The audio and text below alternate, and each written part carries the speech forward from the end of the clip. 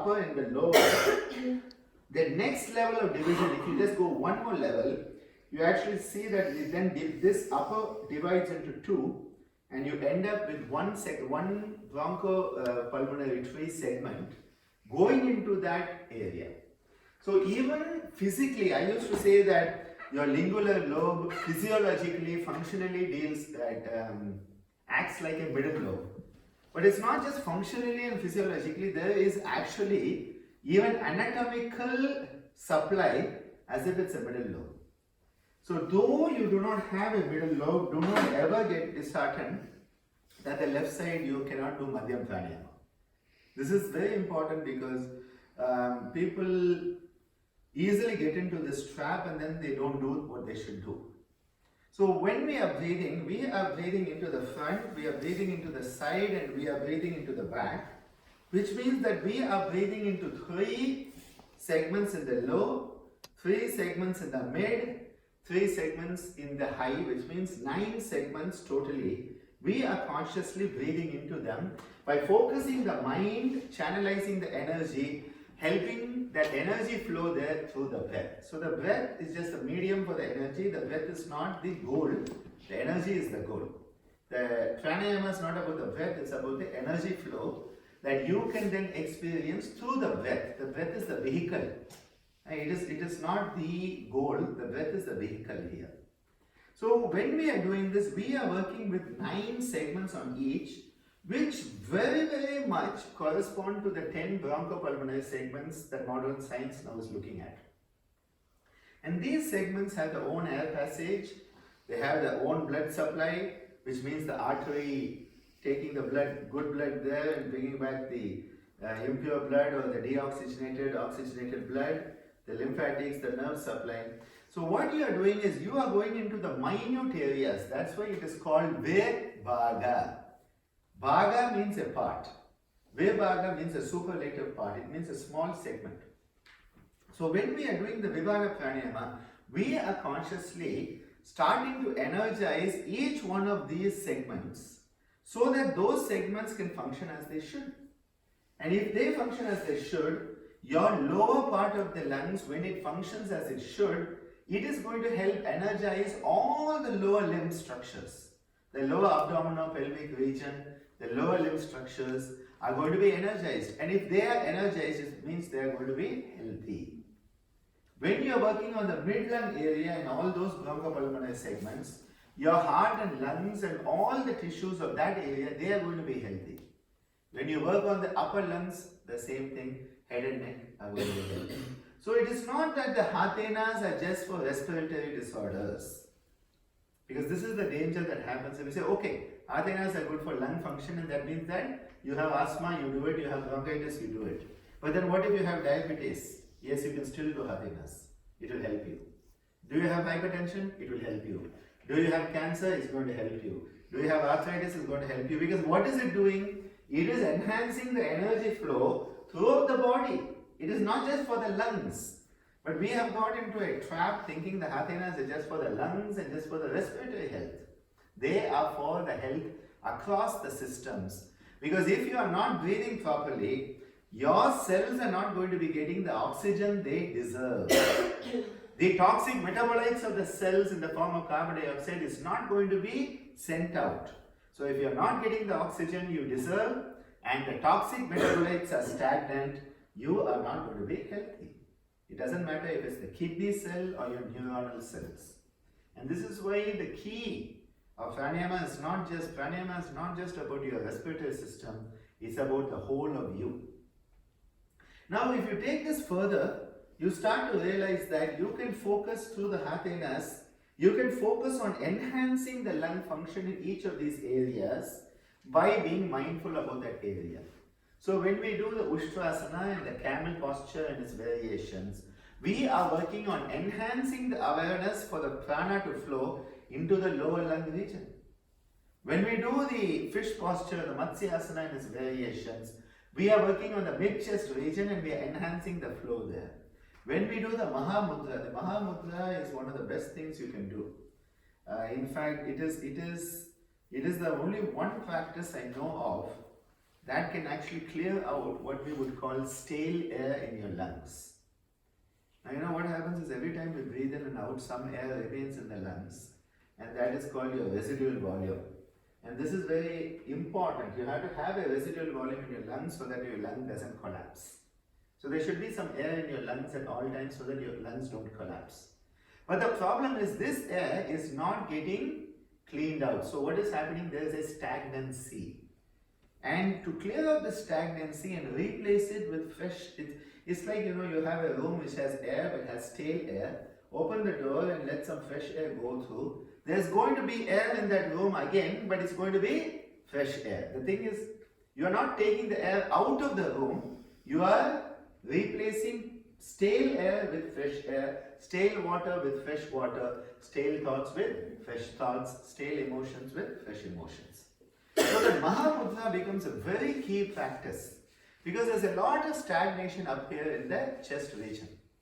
Now in the upper chest region, if there was stagnation, what do you think it's going to do? It's going to affect the way you think. Because the upper chest region supplies your head and neck. So unless you clear this out, this is not going to get clear. And the Mahamudra is extremely good for that. In fact, I think one of the practices that is, it's not found commonly. You find the fish posture, you find the camel posture, you even find the, what we do, the Vyagra Pranayama, you'll find it, people call it the cat cow, or, you know, they will call it different names. You'll find it. Mahamudra you don't really find. This Mahamudra you don't find taught commonly. And it's an amazing practice when you think about it. Now the key in doing the Mahamudra, I hope that you are used to doing it. Not everyone, okay, fine. Maybe what we'll do is that, can I have a volunteer? Yes, please. You can come up here and you can sit down in the Vajrasana. Just to give you an idea, okay, I'm not going to go through the whole happiness, but this is a practice that is very, very important. Because unless you clear out what is inside, nothing new can come in, okay? Mm-hmm. So what we are going to do is, hope you don't mind me touching a little bit. Oh. Okay, fine. Because again, in yoga practice, yoga therapy, please make sure you ask people before you touch them.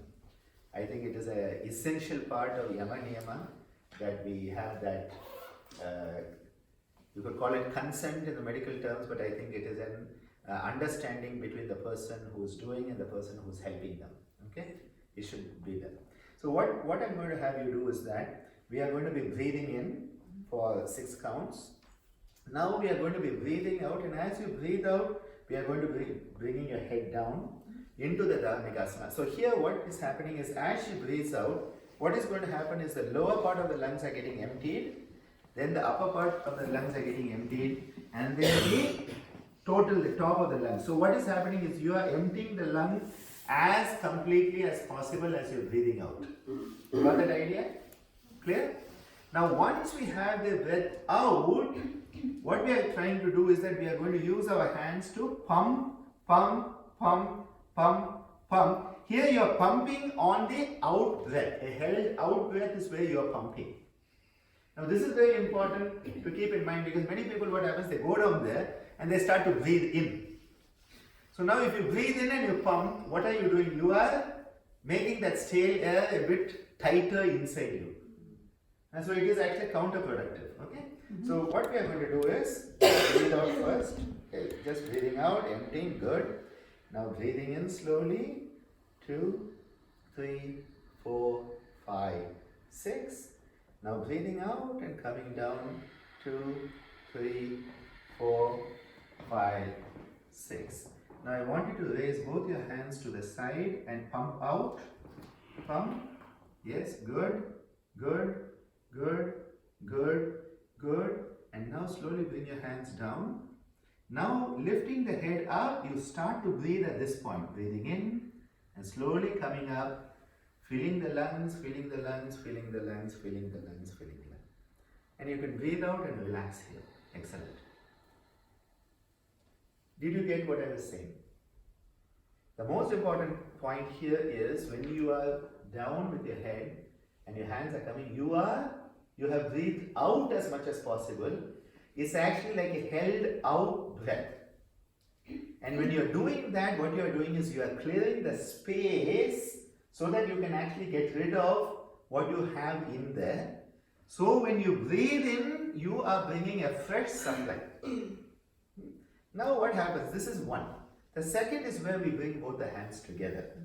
So again, just taking a breath out here, move shoulder slightly back. Good. Relaxed. Yeah, that's it. Now taking in a deep breath, 2, 3, 4, 5, 6, and slowly breathing out as you come down, 2, 3, 4, 5, 6. Now you breathe out fully, clasping the hands and bringing them up, and 1, 2, 3, 4, 5, 6. Excellent, excellent. Now bringing the hands down, you're still breathing out. Now you start to breathe in as you lift the head, you lift the head, you lift the head, you lift the head. Yeah.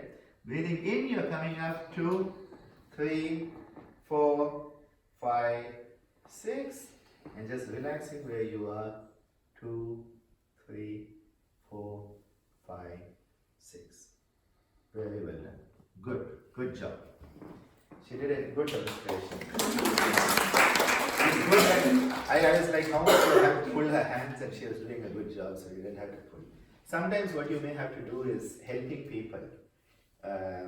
Over the weekend when we were working on the therapeutic part, I mentioned that a little bit. You may have to sometimes stand here and pull the person's hands a little bit. Very important to be intelligent and compassionate when pulling people's hands, especially in such positions, because you could take them out of the shoulder joint if you're not careful. And you could create a dislocation here if you're not careful. What is the whole idea here? Why am I stressing on this?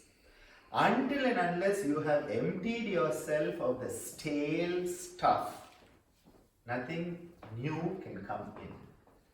And we have filled ourselves with junk food, junk thoughts, junk emotions. Do I even dare say nowadays junk yoga?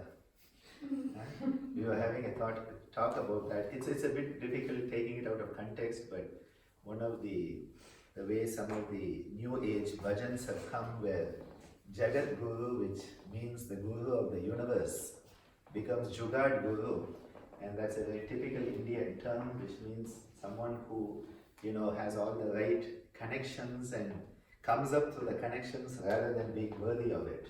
Knows which strings to pull. That's what I would call it. So it's a bit, you had a cultural thing, and I was just thinking about what has happened is with yoga, we have ended up with this fast yoga rather than slow yoga. Like fast food and slow food. There's fast yoga and slow yoga. One has to be a bit careful. So here, what we are trying to do is we are working on the low, the mid and the upper parts with the different practices.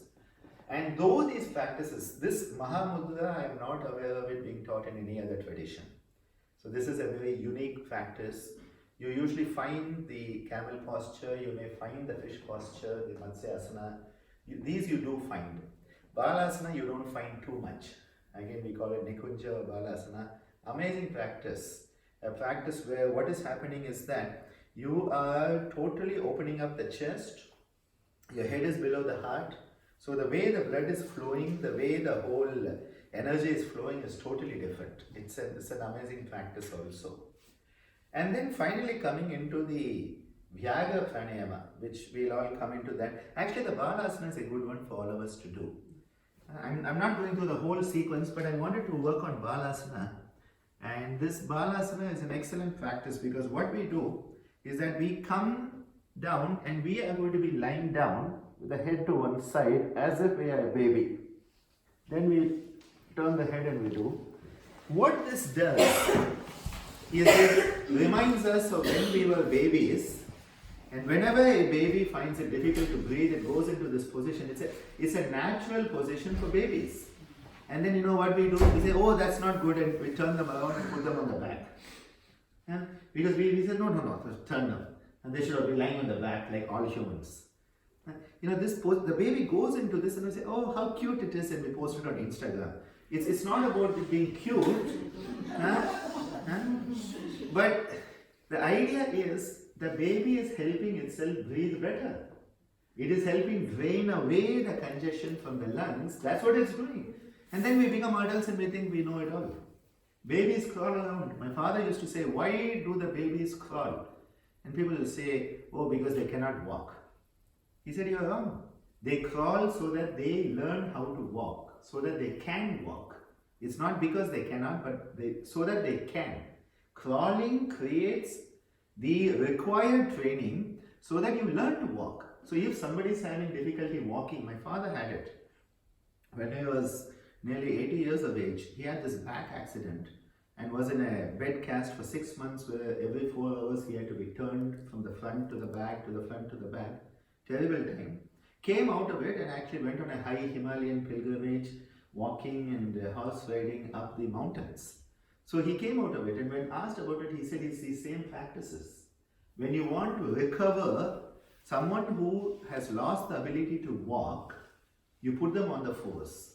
When you get them on all fours and you get them crawling, you are creating a potential opportunity for them to learn how to walk again. It is so important in a neurological rehabilitation. The role of yoga and rehab is amazing. It could be addiction rehab, it could be cardiac rehab, it could be from stroke. We have amazing experiences of people recovering in stroke rehab. How does that happen? Put them back in the position that they were as a baby. Let all those old memories come back. Let them learn how to do it again, and they will actually start doing it. So what we are going to do is that we are going to come down into this. It's a position where your head is below your heart. So come on to the all fours first. Your feet are together. Coming onto your elbows, bringing your chest down to the ground and turning your head to the right side and just breathing in. 2, 3, 4, 5, 6. Breathe out. 2, 3, 4, 5, 6. In. 2, 3, 4, 5, 6. Breathe out. 2, 3, 4, 5, 6. Breathe in. 2, 3, 4, 5, 6. Breathe out. 2, 3, 4, 5, 6.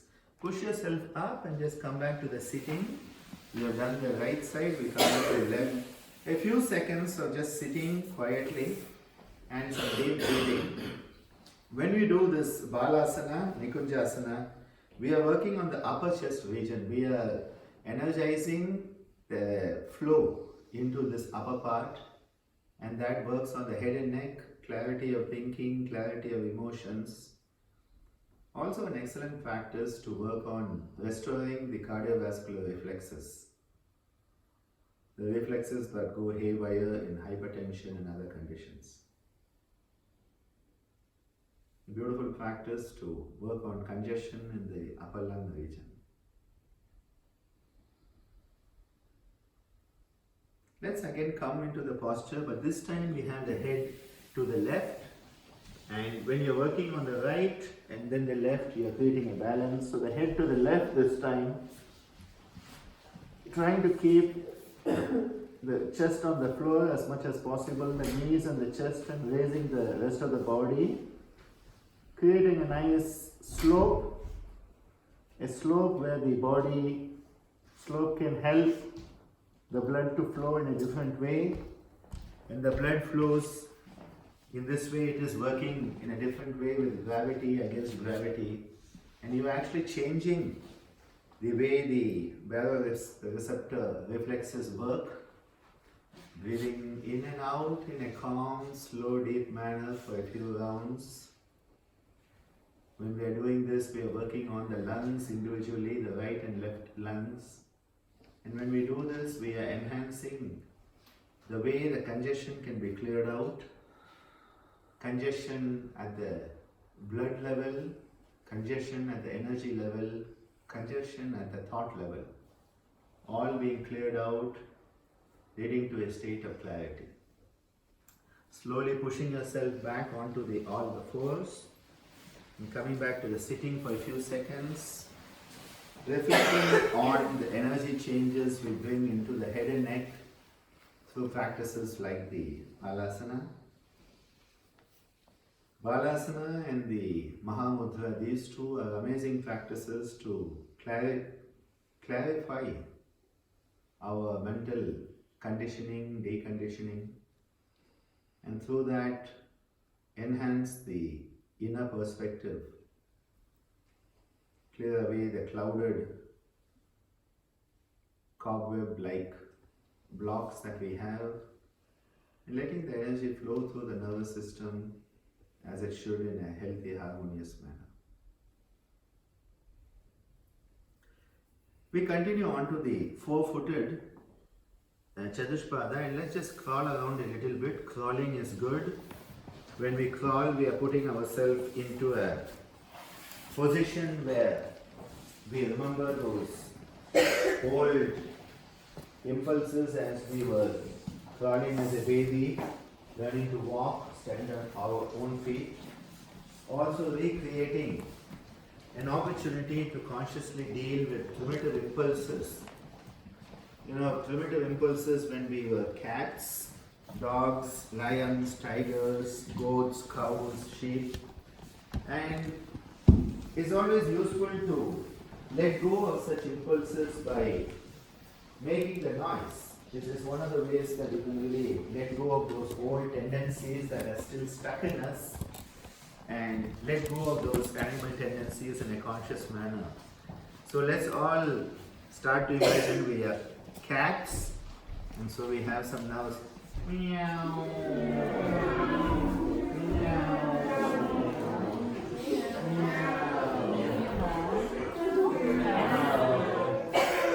Imagine you are small little puppies.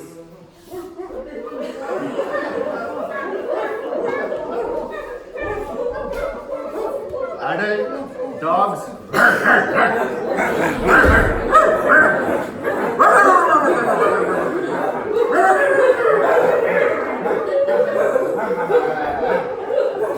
Goats.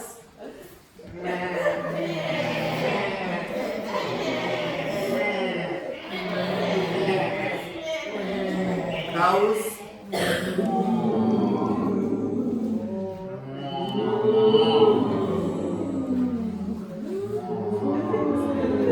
And then the tiger.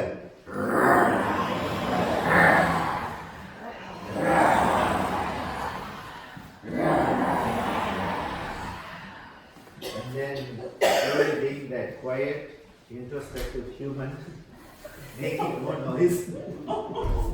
A difficult one, very difficult one. Coming back into the center of your mat, and a few rounds of the Vyagra Pranayama, the tiger breathing. One of the best practices we can do because it harmonizes the breath and energy flow into all sections of the lungs in a harmonious manner. Works on the spine. Breathing out.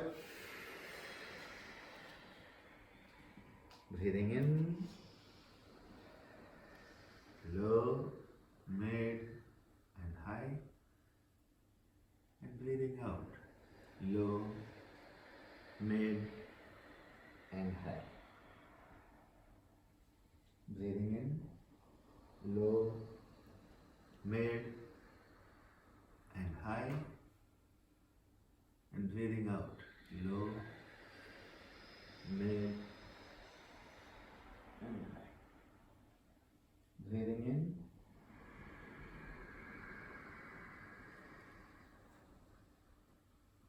and breathing out.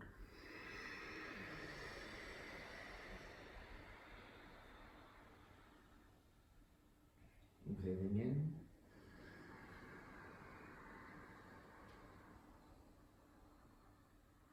and breathing out.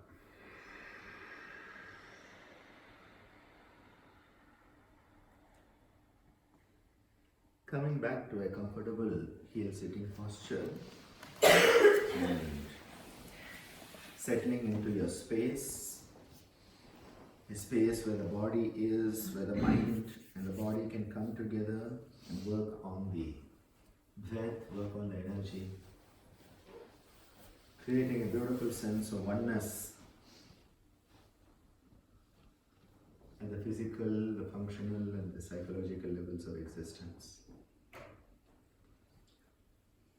Bringing our hands into the Chin Mudra, the mudra of consciousness where we are making a choice. This is the big boss, the universe. This is us, the individual, coming together and in a sense of controlling and keeping in check all the energy flows. We want the fingers to be parallel and together and bringing it onto the inner upper aspects of the thighs. When we place the mudra here, we are creating a closed circuit of energy between the lower part of the nervous system, the base of the spine, and the upper part of the nervous system, the cervical brachial plexus. Focusing the mind on the lower part of the lungs, the front side back, breathing out first. Breathing in to the low lung, front side back.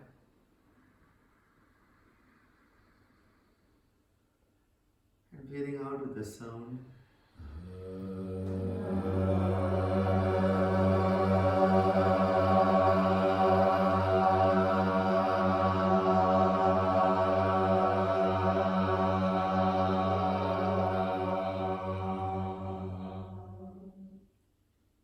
Breathing in.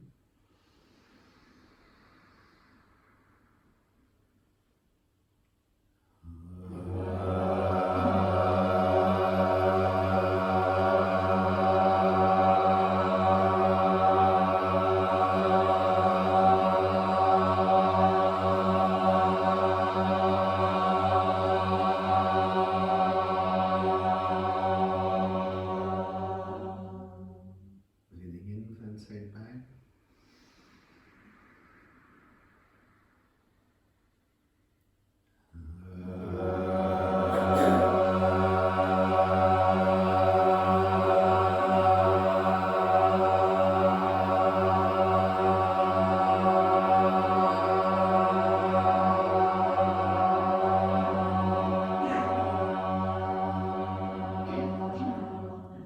Sitting a few seconds and letting the awareness be on the flow of energy into the lower limb, energy of the lower lung, energizing the lower limb, the abdominopelvic region, helping a healthy flow of energy be there in the lower part of the physical body, being aware of the physical existence, the gross existence, and also working on that primitive reptilian complex, the spinal cord and the brainstem all being attuned through this practice of the low chest breathing, the akara nada, sound of ah.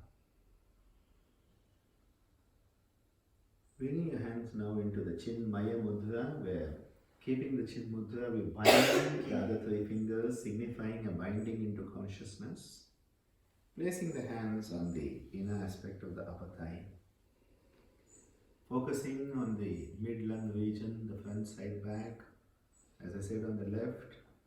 Externally, we may not have the left middle lobe, but inside the left upper lobe, there's a whole region that is functioning like a middle lobe. So yes, we are working with that. Breathing out. Breathing in, front side back.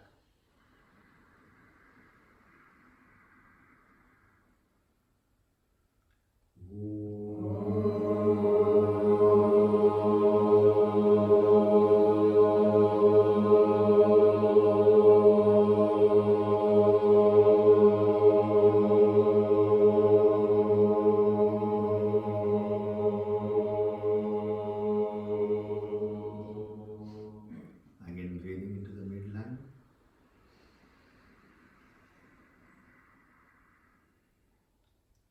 Om.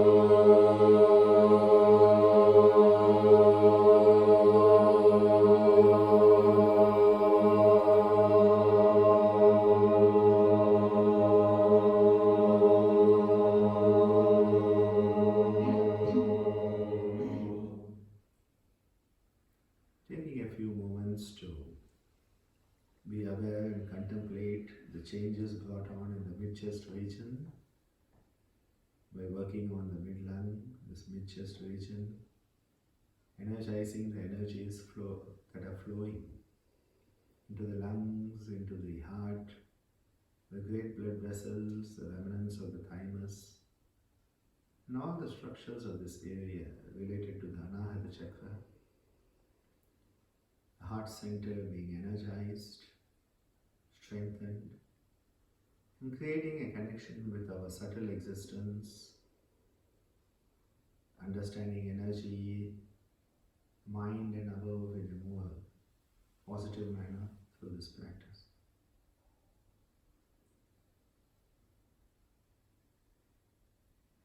Now bringing your hands into the Adi Mudra, where the thumb comes into the center of the palms, the other fingers closing over it.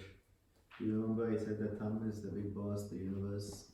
Well, that universal self, often hidden, have to go deep within to find it often. And placing the Adi Mudra on the upper aspect of the thighs, focusing on your upper chest. The upper chest region, the Adhyam Pranayama, energizing the head and neck. Breathing out. Breathing in, front side back.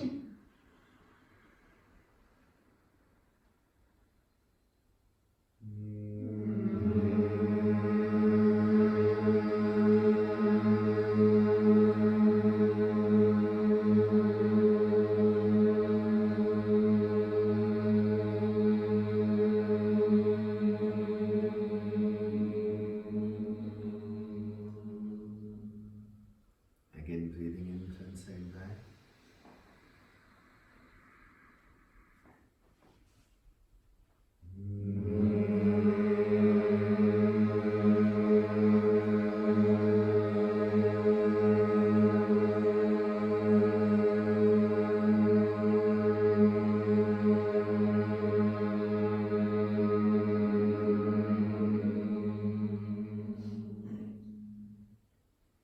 Again, focusing on the front side back of the upper chest.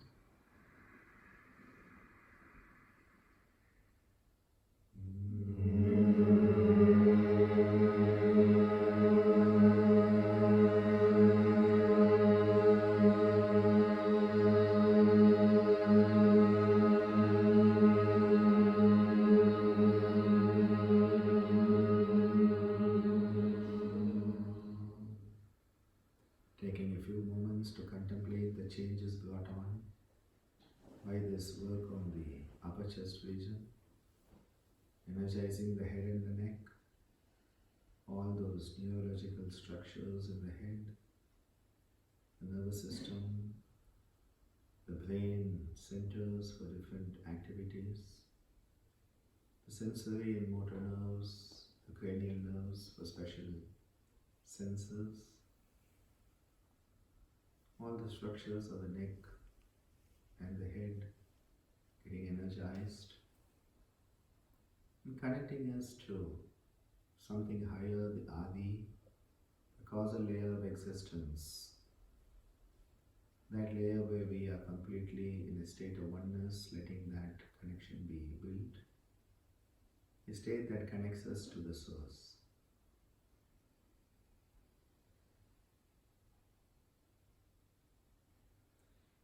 Now bringing these two Adi Mudras together and placing them at the navel center. The navel center is the connection with the psychic and physical umbilical cord, and through this harmonizing our connection with the cosmos.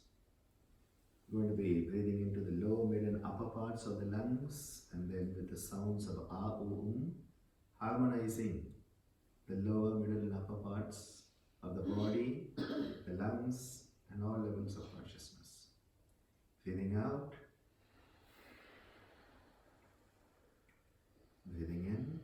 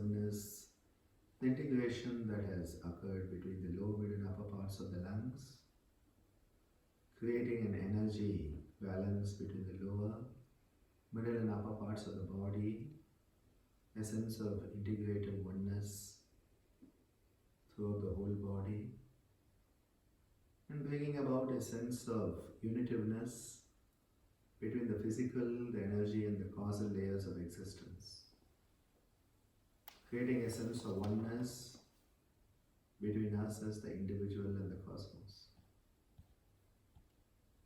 a sense of health, wellness and harmony.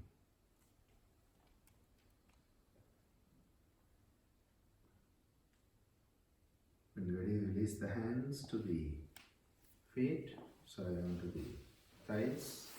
Taking in a deep breath, take in a deep breath. And blasting out with the Mukha 3 rounds.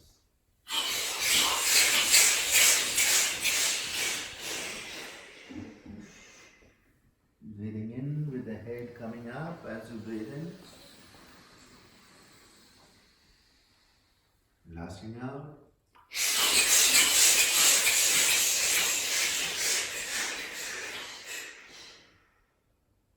Lifting the head, breathing in as the head comes up. And blasting out.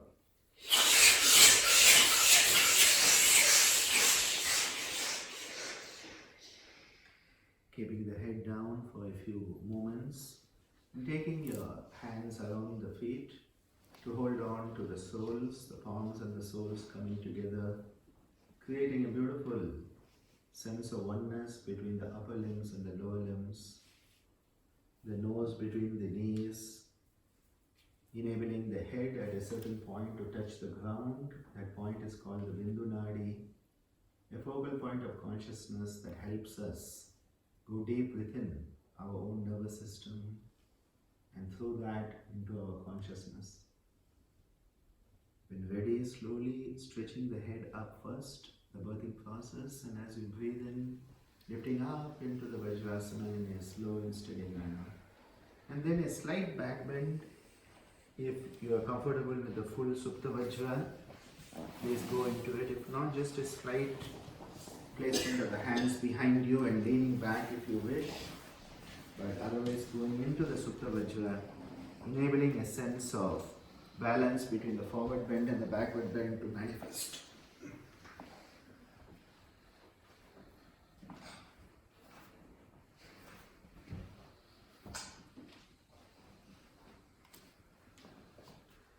When ready, come back up and relaxing your feet. Let your feet have a good shake. Shake up and wake up of the feet. We have been sitting for maybe 15-20 minutes, so giving your feet a nice chance to wake up and have excellent blood circulation. We often say that Vajrasana is a good posture for circulation in the feet. But you have not much circulation happening when you are in the posture.